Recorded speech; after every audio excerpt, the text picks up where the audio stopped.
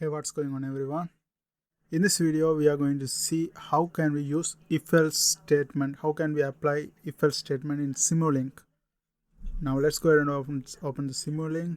Here we go. I opened the MATLAB already, and here I go to Simulink and then blank model. To apply the if-else statement we have to have at least three constants. So I'm going to put the constants from library browser and commonly used blocks. Constants, I grab one of them, put it here, and I can always turn on the labels. If you want the constant to apply here, you can go to this, actually click this one and go to format, and you can check this one off, hide automatic block name. So by doing that it will be appearing. Now let's go ahead and continue. Okay, I put one constant. I'm going to put it over here, and then I'm going to put another constant right here. Okay, and then we are going to need one more. I'm going to put it over here. Now the next thing we had to do is we had to put a switch model that is actually in the signal routing, I guess. Let's see, signal, yeah, it's here in the signal routing. So grab this switch, and put it over here, and then we are going to need a display that is from sinks. We can put the display from here. Now what we are going to do is we are going to connect all these things. Okay, I connected this one, connect this one, connect this one, and then connect this one. Now currently what we have is, it says in the switch statement, you can see this less than 0. If it's less than 0, we are going to output 1, and also if it's greater than 0, also 1. So we had to do some changes to actually see the results. So I'm going to put this one as 2.5.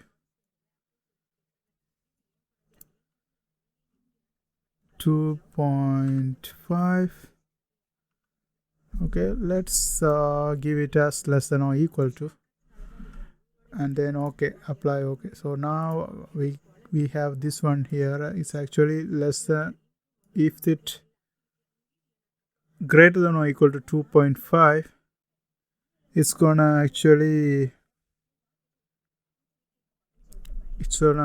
bring the bottom part, actually top part. That's 1. So let's put some changes here. Let's make this one to 0, so we can actually see the difference.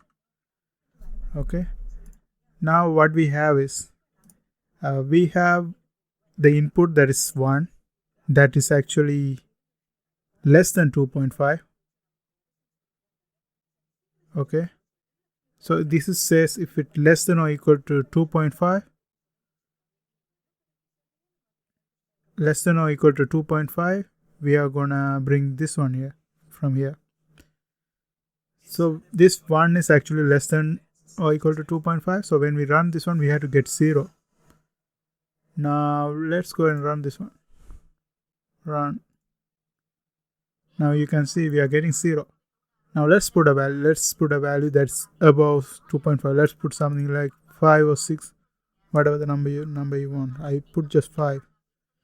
Oh my god, I accidentally deleted it. I can undo this, I think. Undo, delete. Okay, now I'm gonna double click, put 5 here, or 6, whatever you want. Now 6 is definitely not less than or equal to 2.5, so it's gonna bring out the top part, that is 1. So when we run this one, we are gonna get 1. And that's how we do the if-else statement using Simulink. I hope you guys find this video helpful. Thanks for watching. See you guys on my next video.